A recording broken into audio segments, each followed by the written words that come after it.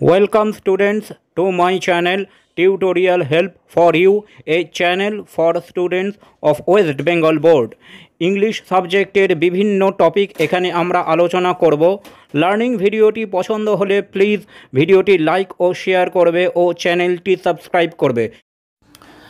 এবার আমরা আসব সেন্টেন্স মানে বাক্য। বাক্য কি? এক বা একাধিক ওয়ার্ড বা শব্দ পাশাপাশি বসে একটি পরিষ্কার অর্থ প্রকাশ করলে ওই ওয়ার্ড বা গ্রুপ অফ ওয়ার্ডস অর্থাৎ শব্দ বা শব্দ সমষ্টিকে সেন্টেন্স বা বাক্য বলে। তাহলে একটা ওয়ার্ডও থাকতে পারে, একের বেশি ওয়ার্ডও থাকতে পারে। যখন তারা পাশাপাশি বসে একটা পরিষ্কার অর্থ প্রকাশ করবে, যখন আমরা একটা কমপ্লিট মিনিং পাবো, তখনই সেটাকে আমরা সেন্টেন্স বা বাক্য বলবো। যদি আমরা কোনো মানে বা অর্থ খুঁজে না পাই তাহলে সেটাকে আমরা সেন্টেন্স বলবো না। যেমন দেখো, গো একটা শব্দ মানে যাও, কাম হেয়ার দুটো শব্দ এখানে এসো, আই গো দেয়ার আমি সেখানে যাই তিনটে শব্দ, হি ক্যান ডু ইট সে এটা করতে পারবে চারটে শব্দ। তো এই রকম যখন এক বা একাধিক শব্দ পাশাপাশি বসে কোনো অর্থ প্রকাশ করবে তখনই সেটাকে আমরা সেন্টেন্স বা বাক্য বলবো। এবার ধরো আমি লিখলাম ড্রিঙ্ক মিল্ক আই, তিনটে শব্দ, ড্রিঙ্ক মিল্ক আই খাই দুধ আমি। এটার কোনো পরিষ্কার অর্থ প্রকাশ হচ্ছে না, তাহলে যখন এটা পরিষ্কার অর্থ প্রকাশ হচ্ছে না এটাকে আমরা সেন্টেন্স বলবো না। এছাড়া ধরো গুড ইজ বয় হি, ভালো হয় ছেলে সে, এখানেও কোনো পরিষ্কার অর্থ প্রকাশ হচ্ছে না। তো যখনই শব্দগুলো বা ওয়ার্ডগুলো পাশাপাশি বসে কোনো অর্থ প্রকাশ করতে পারছে না বা কমপ্লিট মিনিং প্রকাশ করতে পারছে না তখন সেটাকে আমরা কখনোই সেন্টেন্স বা বাক্য বলবো না। এবার যদি আমি এখানে লিখি আই ড্রিঙ্ক মিল্ক, আমি দুধ খাই, তাহলে একটা মানে আমরা পাচ্ছি, তাহলে এটা হচ্ছে sentence. He is a good boy, সে একটা ভালো ছেলে, তাহলে এখানেও আমরা একটা কমপ্লিট মিনিং পাচ্ছি। তাহলে যখন শব্দগুলো পাশাপাশি বসে কোনো অর্থ প্রকাশ করবে, কমপ্লিট মিনিং বা মানে আমরা পাবো, তখনই সেটাকে আমরা সেন্টেন্স বলবো। অর্থহীন এলোমেলো শব্দ সমষ্টি সেন্টেন্স হয় না। এবার আরও দুটো জিনিস আমাদের একটু জেনে রাখতে হবে, একটা হচ্ছে ডিপথং আর একটা হচ্ছে সিলেবেল। ডিপথং জিনিসটা কি? যখন একটা সেন্টেন্সে যখন ওয়ার্ডের মধ্যে দুইটি ভাওয়েল একসঙ্গে উচ্চারিত হয়, পরপর দুইটি ভাওয়েল একটা ওয়ার্ডের মধ্যে যখন একসঙ্গে উচ্চারিত হয় তখন তাকে ডিপথং বা বাংলায় যৌগিক স্বর বলে।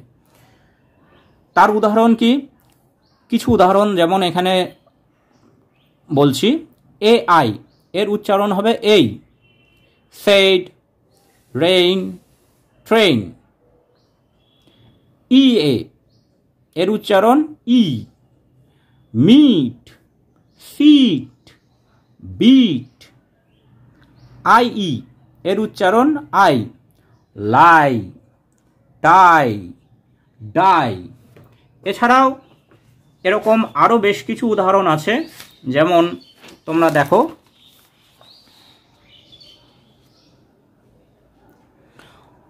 ও এ উচ্চারণ ও, গোট বোট। ও ওয়াই অয়, বয় টয়। ও ও উচ্চারণ উ, বুক ফুড।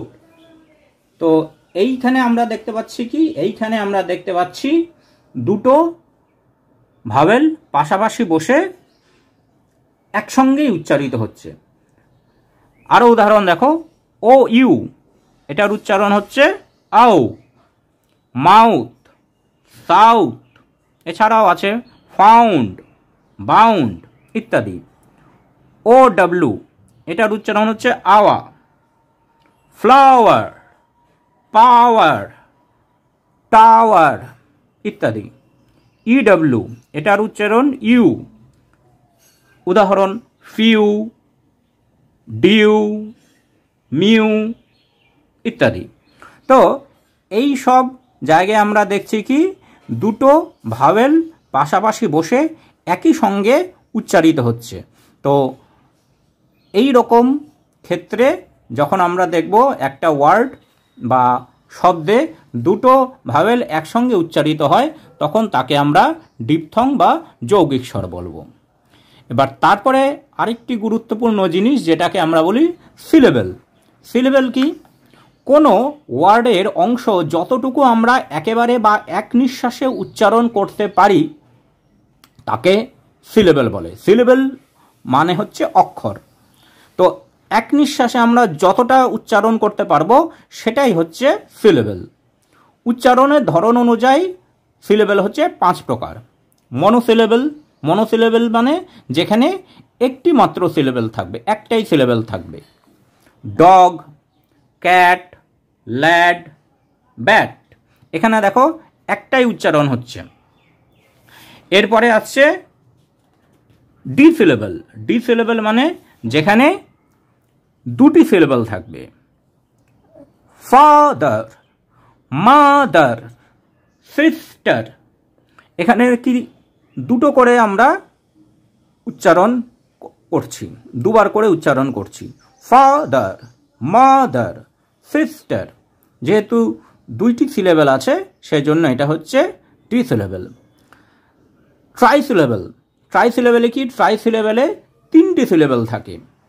Kolkata, candidate, consonant. তাহলে এখানে আমরা দেখতে পাচ্ছি কি এখানে ওয়ার্ডগুলোতে 3 বার করে আমাকে উচ্চারণ করতে হচ্ছে, মানে 3টে করে সিলেবেল থাকছে। Kolkata, candidate, consonant, continue. এরকম যে শব্দগুলোতে 3টি সিলেবেল আছে তাকে ট্রাইসিলেবেল বলছে। টেট্রাসিলেবেল। টেট্রাসিলেবেল যেখানে 4টি সিলেবেল থাকছে। ফেব্রুয়ারি, ইনগ্রেডিয়েন্ট, আনফরচুনেট। তো এই শব্দগুলো কি? এই শব্দগুলোতে আমরা 4টে করে সিলেবেল দেখছি। ফেব্রুয়ারি, ইনগ্রেডিয়েন্ট, আনফরচুনেট। পলিসিলেবেল যেখানে 4-এর বেশি সিলেবেল থাকছে। ভেরিফিকেশন, 5টা সিলেবেল। ক্ল্যারিফিকেশন, 5টা সিলেবেল। তো 4-এর বেশি সিলেবেল থাকলে সেটা পলিসিলেবেল। তো এই হচ্ছে সিলেবেলের প্রকারভেদ। মনোসিলেবেল, ডিসিলেবেল, ট্রাইসিলেবেল, টেট্রাসিলেবেল আর হচ্ছে পলিসিলেবেল। এবার আমরা সেন্টেন্স সম্পর্কে একটা ছোট্ট এক্সারসাইজ করব। দেখো, দেখে বলার চেষ্টা করো এর মধ্যে কোনটা সেন্টেন্স আর কোনটা সেন্টেন্স নয়। Ram writes with a pen. Ram একটি পেন দিয়ে লেখে। এখানে আমরা একটা অর্থ পাচ্ছি, কমপ্লিট মিনিং পাচ্ছি, এটা তাহলে বাক্য। A pen Ram with writes, একটি কলম রাম দিয়ে লেখে। তাহলে এখানে শব্দগুলো এলোমেলো হয়ে আছে, এখানে আমরা একটা সম্পূর্ণ পরিষ্কার অর্থ পাচ্ছি না, সেই জন্য এটাকে আমরা বাক্য বলবো না। Sita looks at the moon. Sita চাঁদের দিকে তাকায় বা দেখে। তাহলে এখানে আমরা পরিষ্কার একটা অর্থ পাচ্ছি, তাহলে এটা বাক্য, সেন্টেন্স।